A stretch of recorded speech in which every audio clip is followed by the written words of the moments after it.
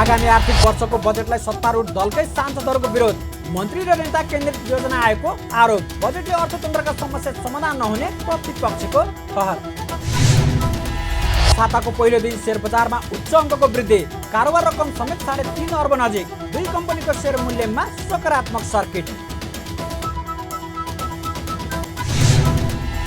र mobile device management system प्रभावकारी रूपमा कार्यान्वयनमा ल्याउन मोबाइल व्यवसायीहरूको माग, प्रभावकारी रूपमा कार्यान्वयनमा आए वार्षिक 4 अर्ब थप राजस्व बढ्ने विश्वास। नमस्कार, कारोबार समाचारमा स्वागत छ। अब समाचार विस्तारमा। सरकारले ल्याएको आगामी आर्थिक वर्षको बजेटलाई सत्तारूढ दलकै सांसदहरूले विरोध जनाएका छन्। आइतबार प्रतिनिधि सभाको बैठकमा सरकारको आगामी आर्थिक वर्षको राजस्व र व्ययको वार्षिक अनुमानमाथिको सामान्य छलफलमा भाग लिँदै सरकारको नेतृत्व गरिरहेका नेकपा माओवादी केन्द्र र सत्तारूढ प्रमुख घटक नेपाली काङ्ग्रेसका सांसदहरूले नै बजेटको विरोध गरेका हुन्। बैठकमा माओवादी केन्द्रका सांसद महेन्द्र बहादुर शाहीले नीति तथा कार्यक्रमसँग मेल खाने बजेट नल्याएको र अर्थमन्त्री प्रकाश शरण महतले चलाखी गरी बजेट ल्याएको आरोप लगाउनुभयो। उहाँले मन्त्री र ठुला नेता केन्द्रित योजना आएको भन्दै विरोध समेत गर्नुभयो। हामीले हाम्रो लगानीका क्षेत्र चाहिँ पहिचान गरेर त्यहाँ बजेट चाहिँ केन्द्रित गर्न जरुरी चाहिँ छ र त्यहाँ केन्द्रित भएको छैन। फेरि पनि अन्तिममा आइपुग्दा बजेट फेरि विकेन्द्रित भएको चाहिँ छ र सीमित ठाउँमा बजेट यहाँ चाहिँ केन्द्रित चाहिँ भएको चाहिँ छ, असन्तुलित चाहिँ छ बजेट। र यसका लागि यहाँ धेरै जनताले भन्ने गरेका छन्, प्रत्येक माननीयलाई आफ्नो निर्वाचन क्षेत्रमा सायद सबै चुनावमा जाँदा मत माग्दा मन्त्री हुने शर्तमा मात्रै जनताले भोट दिने गरेका चाहिँ छन्। आखिर फेरि पनि यही ताल चाहिँ हो भने यो बजेट पनि संहिताको मूल मर्ममा चाहिँ केन्द्रित भएर बजेट नलिएर मन्त्री भएकै ठाउँमा बजेट केन्द्रित गर्ने परम्परा चाहिँ यदि कायमै रहने हो भने यसले ठुलो समस्या चाहिँ सिर्जना चाहिँ गर्छ। अहिले जुन फेरि सांसद सबैलाई सायद यो बढै होला अर्थमन्त्रीज्यूको यो बजेटलाई चाहिँ पास हो सर्वसम्मति भन्ने हिसाबले अहिले मन्त्रीहरू त अरबका चाहिँ मन्त्रीहरू चाहिँ भएका चाहिँ छन् र यो संसद भवनभित्र बसेका सबै चाहिँ तपाईँको माननीयहरू अहिले 5 करोडका मन्त्री बनाउनु भएको चाहिँ छ। अहिले बजेट र नीति तथा कार्यक्रममा चाहिँ हेर्दा म्याच भएको चाहिँ मैले अनुभूति गरिनँ। सायद प्रधानमन्त्री र अर्थमन्त्री बीचको चाहिँ भेटघाट नभएको मैले अनुभूति गरेको चाहिँ छु। नीति तथा कार्यक्रम एकातिर चाहिँ छ र बजेट केन्द्रित अर्कोतिर चाहिँ भएको मैले यहाँ अनुभूति गरेको चाहिँ छु। यता सत्तारूढ प्रमुख घटक नेपाली काङ्ग्रेसका सांसदहरूले समेत बजेटको विरोध गरेका छन्। नेपाली काङ्ग्रेसका सांसद दीपक गिरी, गगन कुमार थापा, प्रदीप पौडेल लगायतका सांसदहरूले बजेट विनियोजनप्रति असन्तुष्टि जनाएका हुन्। म त सलाम गर्छु बालेनजीलाई, उहाँले कमसेकम हामी झोलेलाई वडा अध्यक्षको स्तरमा पुर्याइदिनु भयो। कम गाह्रो छ, कम कठिन छ। राति फोन आउँछ 12 बजे, अन्यथा नमान्नु होला। जलपान खाएको फोन आउँछ, अब त चिन्न छोड्नु भयो होला, चिन्नु हुन्न होला। नेपाली स्तर यस्तो छ, आफू पनि जलपान गरेको बेला भए त झगडा पर्न सक्छ। भन्नुहोस्, अवस्था यस्तो छ नेपालको।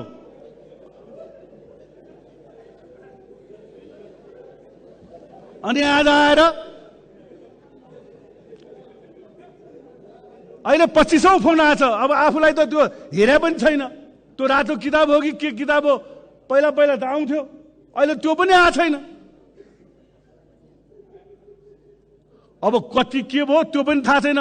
होइन सांसदज्यू, खतम छ कि क्या हो, देश खतम छ, विकास छैन क्या हो। अब कता जवाब दिने, कता के गर्ने अवस्था यस्तो छ। म सभामुख मार्फत सबै सांसदज्यूको बहयो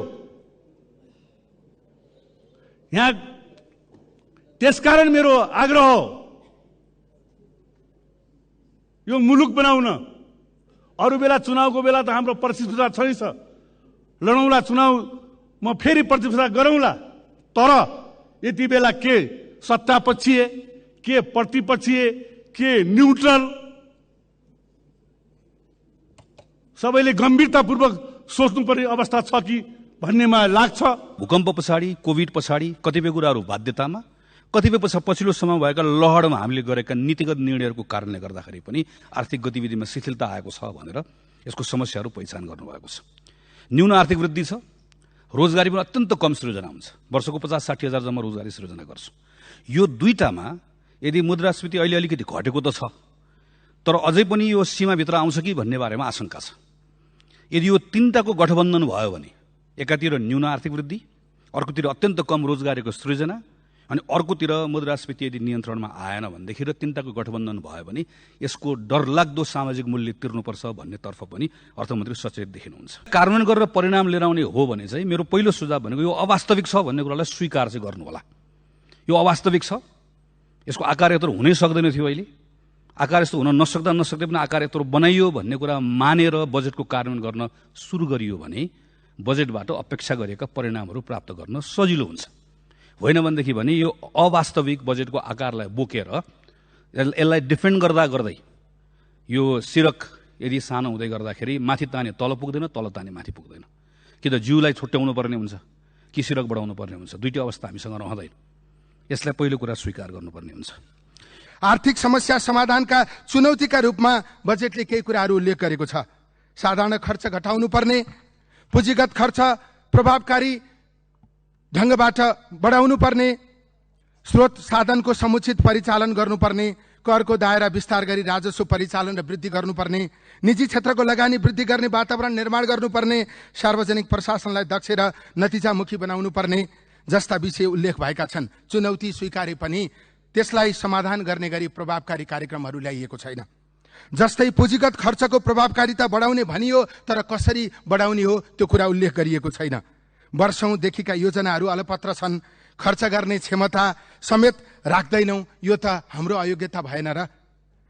माथिका गम्भीर विषयहरूमा हामीले उत्तर दिन जरुरी छ। मेरो विचारमा चुनौती पनि यति मात्र होइनन्। उल्लेखित विषयहरूले उपलब्ध स्रोत साधन र पुँजीको परिचालनमा मात्रै सहयोग पुर्याउँछ। यसले पुँजी निर्माण र वृद्धि गर्न सक्दैन। तसर्थ पुँजी निर्माण र वृद्धि गर्नका निम्ति व्यापक मात्रामा रोजगार सिर्जना गरिनुपर्छ। उत्पादनमूलक कारखाना खोल्ने, आत्मनिर्भर र निर्यातमुखी स्थिति निर्माण गर्ने जस्ता विषयलाई चुनौती ठानेर त्यसको प्राप्तिका निम्ति स्पष्ट योजना निर्माण गर्न आवश्यक छ। यता बैठकमा प्रमुख प्रतिपक्ष दल नेकपा एमालेका उपाध्यक्ष एवं पूर्व अर्थमन्त्री विष्णु पौडेलले आगामी आर्थिक वर्षका लागि ल्याएको बजेटले अहिलेको आर्थिक मन्दीको यथार्थलाई स्वीकार गर्न नसकेको र नीति तथा कार्यक्रमसँग सामञ्जस्यता कायम गर्न नसकेको टिप्पणी गर्नुभएको छ। उहाँले बजेटका सिद्धान्त र प्राथमिकता र नीति तथा कार्यक्रममा राखिएको योजना बजेटमा नपरेको बताउनुभयो। सांसद पौडेलले बजेटले मुलुकका वर्तमान आर्थिक समस्यालाई व्यवस्था गरेको, चुनौती र सम्भावनालाई ठिक ढङ्गले पहिचान गर्न नसकेको र समाधानका उपाय अघि सार्न नसकेको पनि स्पष्ट पार्नुभयो। सिद्धान्त र प्राथमिकतासँग नीति र कार्यक्रमसँग बजेटको अन्तर्सम्बन्ध हुँदैन भने सभामुख महोदय, यो सिद्धान्त र प्राथमिकता, नीति र कार्यक्रम प्रस्तुत गर्ने यो धर्मनिर्वाह किन गर्नु पर्यो सभामुख महोदय? सभामुख महोदय, यो बजेटले मुलुकको अर्थतन्त्रका समस्याहरूलाई चिन्न पनि सकेका छैन र यसले समाधानका निमित्त कुनै दृष्टिकोण पनि दिन सकेका छैन। सभामुख महोदय, बजेटले मुलुकमा विद्यमान आर्थिक अवस्थालाई व्यवस्था गरेको छ। अर्थतन्त्रका समस्या, चुनौती र सम्भावनालाई ठिक ढङ्गले पहिचान गर्न र समाधानका उपायहरू अघि सार्न सकेका छैन। सांसद पौडेलले आगामी आर्थिक वर्षको कुल ग्राहस्थ उत्पादनको वृद्धि दर चालु आर्थिक वर्षको भन्दा कम प्रक्षेपण गरिनु र कुल विनियोजन गत वर्षको भन्दा कम हुनुले अर्थतन्त्र उपलब्ध स्रोत साधनहरूलाई पूर्ण क्षमतामा परिचालन गर्न सरकार सक्षम छ भन्ने पुष्टि भएको समेत उल्लेख गर्नुभयो। यस्तै बजेट वक्तव्यमा चालु खर्च घटाउने भने पनि चालु आर्थिक वर्षको तुलनामा आगामी आर्थिक वर्षका लागि प्रस्ताव गरिएको चालु खर्च 97 अर्बले बढी भएको बताउनुभयो। उहाँले विगत 6 वर्षमा कुल बजेटको औसत 20% हाराहारीमा रहेको पुँजीगत खर्चतर्फको विनियोजन यसपालि 17% झारिएको टिप्पणी पनि गर्नुभयो। साथै बजेटमा नयाँपन नरहेको र विगतकै कार्यक्रमको निरन्तरता रहेको पनि टिप्पणी गर्नुभयो। आगामी आर्थिक वर्षका लागि प्रस्ताव गरिएको चालु खर्च 97 अर्बले बढी छ। यसरी चालु खर्च घटाउने दाबीलाई बजेट स्वयंले खण्डन गरेको छ सभामुख महोदय। भन्दा चालु खर्च कटाउने भनेर भन्ने र गर्दाखेरिमा चालु खर्च बढाएर बजेट प्रस्तुत भएको छ। बजेटमा यसरी प्रस्ताव गरिएको छ सभामुख महोदय। विगत 6 वर्षमा कुल बजेटको औसत 20% हाराहारीमा रहेको पुँजीगत खर्च तर्फको विनियोजन यसपालि 17% झारिएको छ। बजेटमा एकातिर वित्तीय संहिताको कार्यान्वयनमा जोड दिने भनिएको छ, अर्कोतिर प्रदेश र स्थानीय तहका लागि गरिने वित्तीय हस्तान्तरण चालु आर्थिक वर्षको तुलनामा 29 अर्ब 75 करोडले न्यून विनियोजन गरिएको छ। यसरी यो बजेटको स्रोत व्यवस्थापन र चालु तथा पुँजीगत खर्चका निम्ति गरिएको विनियोजन अवास्तविक, अविश्वसनीय, अन्तर्विरोधी र कार्यान्वयन हुन नसक्ने प्रकृतिको छ। सभामुख महोदय, सांसदहरूले प्रधानमन्त्री पुष्पकमल दाहालले सरकारको नीति तथा कार्यक्रममा छुटेका विषय बजेटमा सम्बोधन हुने बताएको उल्लेख गर्दै सो विषय कसरी समावेश गर्न हुन्छ भने अर्थमन्त्री डाक्टर महतसँग प्रश्न समेत गरेका छन्। आर्थिक वर्षको राजस्व र व्ययको वार्षिक अनुमान बजेटमा सांसदहरूले बोल्ने क्रम आजबाट सकिएको छ। भोलि सोमबार बस्ने बैठकमा अर्थमन्त्री डाक्टर प्रकाश शरण महतले जवाफ दिने कार्यक्रम रहेको छ। राष्ट्रिय प्रजातन्त्र पार्टीले प्रधानमन्त्री पुष्पकमल दाहाल प्रचण्डको राजीनामा माग गरेको छ। आइतबार बसेको प्रतिनिधि सभाको बैठकमा समय माग गरी बोल्दै राष्ट्रिय प्रजातन्त्र पार्टीका प्रमुख सचेतक ज्ञानबहादुर शाहीले प्रधानमन्त्री दाहालको राजीनामा माग गर्नुभएको हो। उहाँले प्रधानमन्त्री दाहालको विरुद्धमा सर्वोच्च अदालतमा युद्ध अपराधको मुद्दा दर्ता भएको र सर्वोच्च अदालतले जेठ 30 गते अदालतमा उपस्थित हुनु भनेको भन्दै प्रधानमन्त्रीले राजीनामा दिएर अदालती प्रक्रियालाई निष्पक्ष रूपमा अघि बढ्न दिनुपर्ने माग गर्नुभयो। उहाँले अदालतमा उपस्थित हुँदा प्रधानमन्त्री दाहाल प्रधानमन्त्री वा पुष्पकमल दाहाल कुन हैसियतमा उपस्थित हुनुहुन्छ भने प्रश्न गर्दै अपराध जस्तो मुद्दा पर्दा प्रधानमन्त्रीले राजीनामा दिएर मार्ग प्रशस्त गर्नुपर्ने बताउनुभयो। उहाँले प्रधानमन्त्रीले नैतिकताका आधारमा पनि पदमा बसिरहन नमिल्ने समेत बताउनुभयो। सम्माननीय सभामुखज्यू, प्रतिनिधि सभा नियमावली 2069 को नियम 26 अन्तर्गत सम्माननीय प्रधानमन्त्रीज्यू यो संसदको सदस्य पनि हो। तर आज सम्माननीय प्रधानमन्त्रीज्यूको विरुद्धमा सम्मानित सर्वोच्च अदालतमा युद्ध अपराध जस्तो जघन्य अपराधमा मुद्दा दर्ता भएको छ र सर्वोच्च अदालतले 30 गते सम्माननीय प्रधानमन्त्रीज्यूलाई अदालतमा हाजिर हुन भनेर तारिक पर्चा पनि काटिसकेको छ। म यहाँ सोध्न चाहन्छु सम्माननीय सभामुख मार्फत, यो 30 गते प्रधानमन्त्रीज्यू अदालतमा जाँदै गर्दा यो देशको प्रधानमन्त्री भएर जानुहुन्छ कि पुष्पकमल दाहाल प्रचण्ड भएर जानुहुन्छ? यदि तपाईको यो युद्ध अपराधको कुरामा अदालतमा जाने कुरा यो देशले अपराध गरेको होइन सम्माननीय सभामुख महोदयज्यू, व्यक्तिले गरेको, त्यो भएर म सम्माननीय सभामुख मार्फत सम्माननीय प्रधानमन्त्रीज्यूले तत्काल राजीनामा दिएर बाटो प्रशस्त गर्नुपर्छ। नैतिकताका आधारमा पनि पदमा बसिरहन मिल्दैन। राष्ट्रिय प्रजातन्त्र पार्टीले प्रधानमन्त्रीको राजीनामा मागेपछि समय माग गरी बोल्दै नेकपा माओवादी केन्द्रका सांसद माधव सापकोटाले राप्रपा प्रमुख सचेतक शाहीले व्यक्त गर्नुभएको धारणा संसद रेकर्डबाट हटाउन माग गर्नुभयो। सम्माननीय सभामुख महोदय, भर्खरै मान्यज्यूले के आफ्ना कुराहरू राख्नुभयो। उहाँले हाम्रो नियमावलीको कुन धारा आकर्षित गरेर यी कुराहरू राख्नुभयो र प्रधानमन्त्रीलाई उहाँले एकहोरो गैर राजनीतिक तरिकाका साथ लखेटिरहनु भएको छ र प्रधानमन्त्रीको हुर्मत दिने भनेको राष्ट्रको हुर्मत दिने हो। म तुरन्त भर्खरै व्यक्त गर्नुभएको मान्यका धारणाहरू रेकर्डबाट हटाउन माग गर्दछु। त्यसपछि सांसदहरूको भनाइपछि सभामुख देवराज घिमिरेले आफ्नो ध्यान आकर्षण भएको बताउनुभयो। प्रतिनिधि सभाको अर्को बैठक सोमबार 1 बजेका लागि बोलाइएको छ। स्वास्थ्य तथा जनसङ्ख्या मन्त्री मोहनबहादुर बस्नेतले स्वास्थ्य बिमा प्रभावकारी बन्न नसकेको स्वीकार गर्नुभएको छ।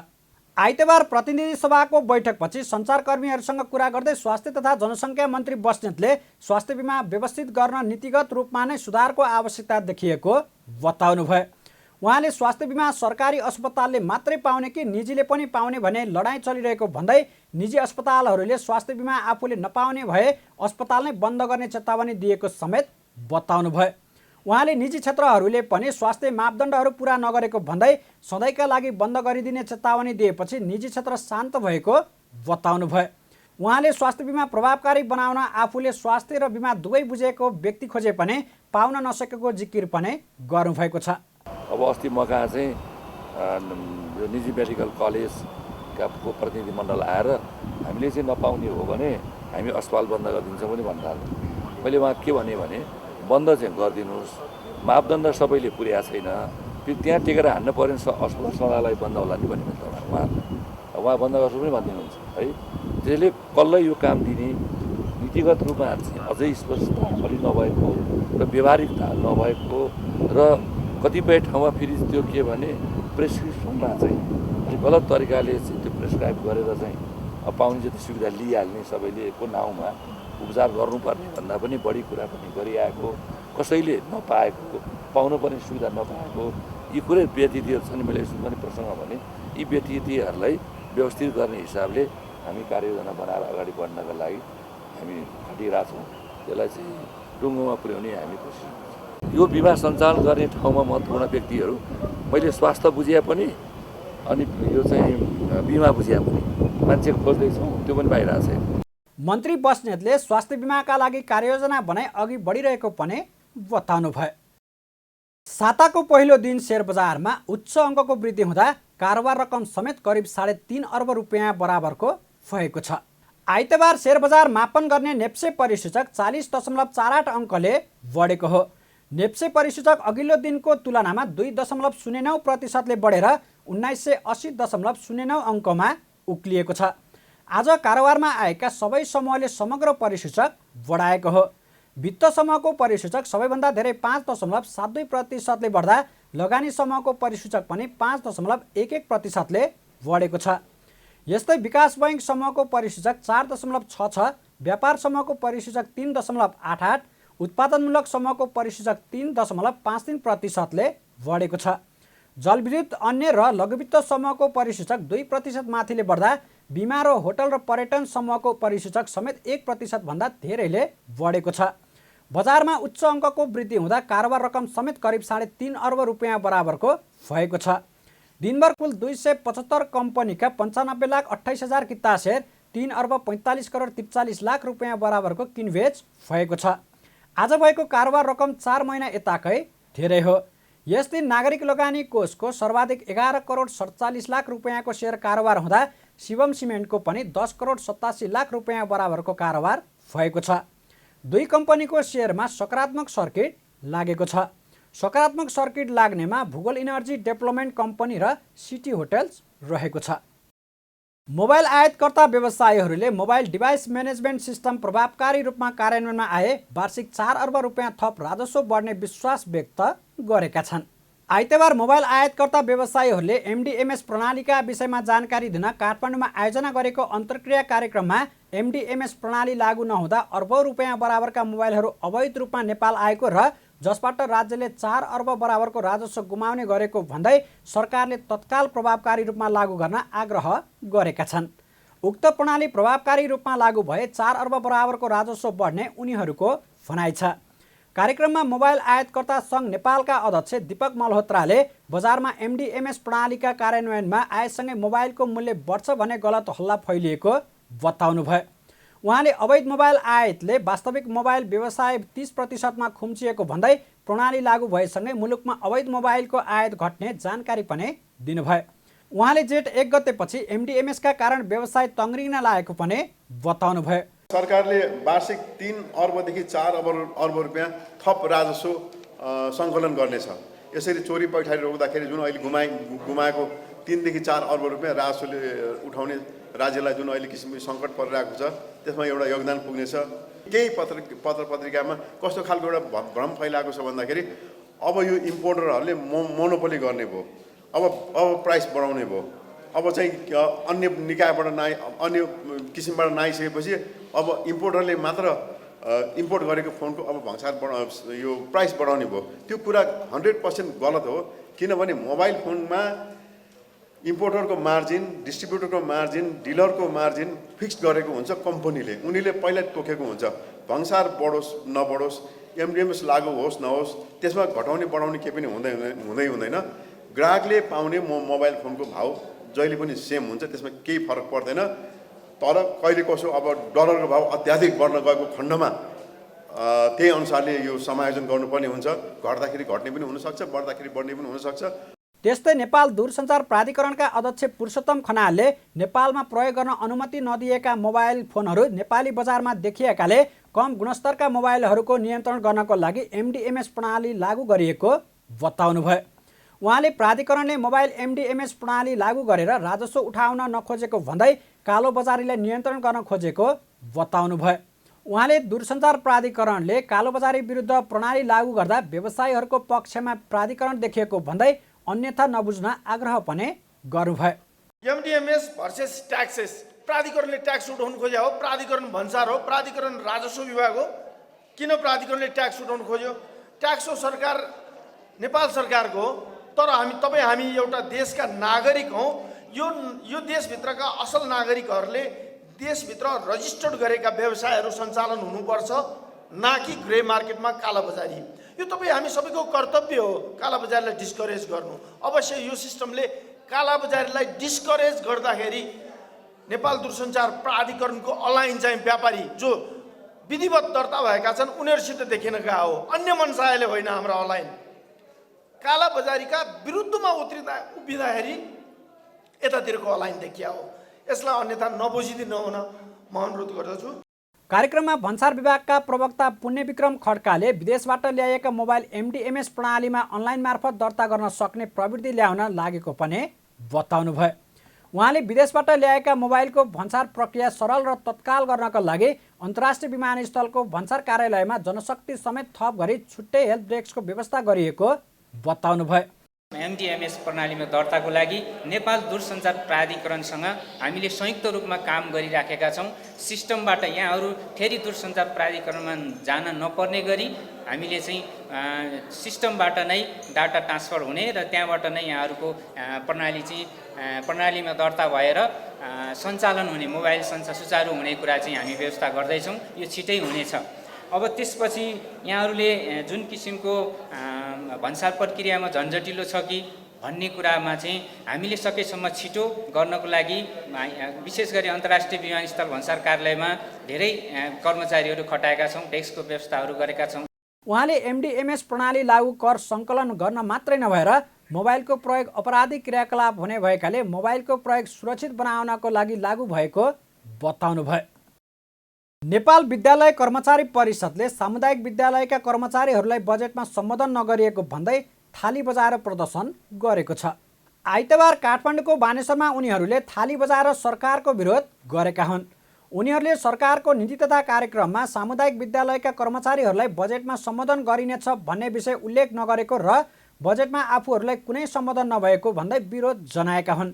विरोध कार्यक्रममा बोल्दै नेपाल विद्यालय कर्मचारी परिषदका राष्ट्रिय अध्यक्ष गङ्गाराम तिवारीले 2079 भाद्र 19 गते तत्कालीन शिक्षा मन्त्री देवेन्द्र पौडेलको मन्त्रीस्तरीय निर्णय गरे सामुदायिक विद्यालय कर्मचारीको 2 तहको तलबमा वृद्धि गर्ने भने पनि बजेटमा कुनै सम्बोधन नभएकाले बाध्य भई विरोध गर्नु परेको बताउनुभयो।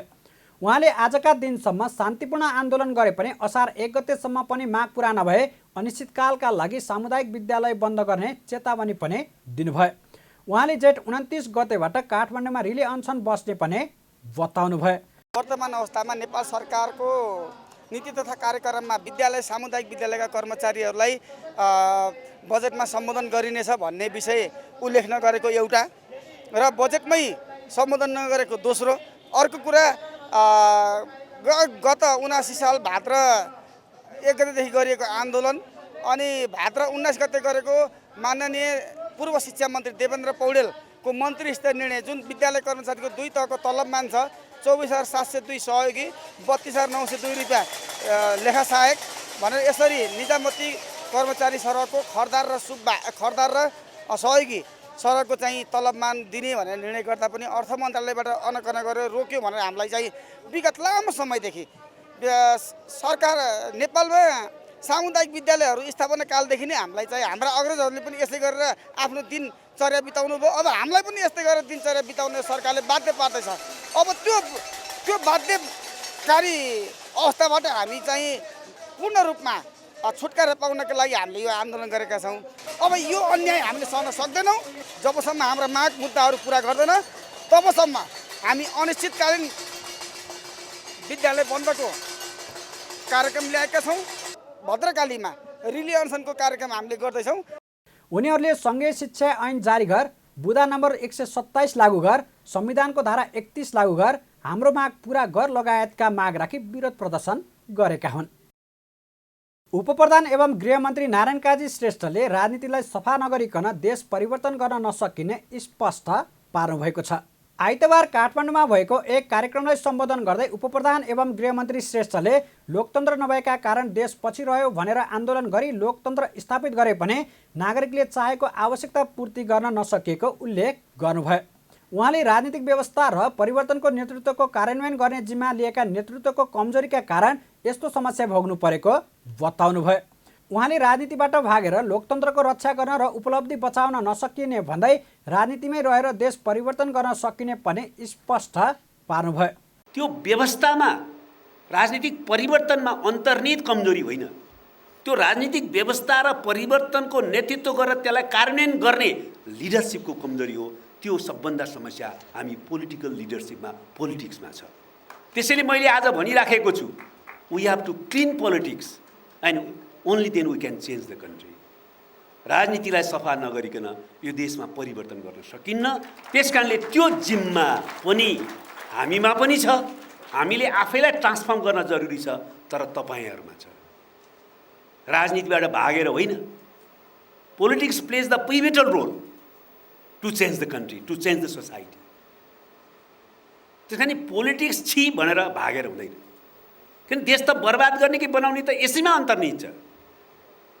त्यसमा त सबै एक्टिभ पोलिटिक्समा सक्रिय हुनुपर्छ भन्ने पनि होइन, तर पोलिटिक्समा रुचि राखेर पोलिटिक्सलाई सही दिशातिर दिन वा नेतृत्व गर्न भूमिका खेल्नुपर्ने आवश्यकता छ।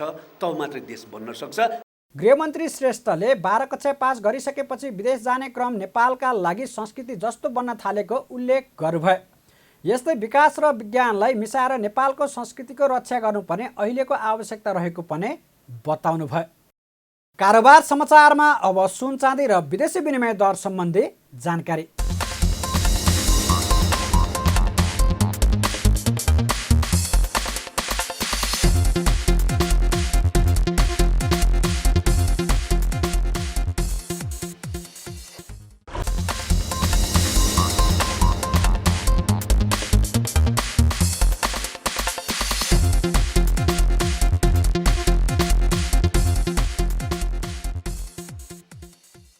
बिदा हुनुअघि अहिलेसम्मका प्रमुख समाचार फेरि एकपटक।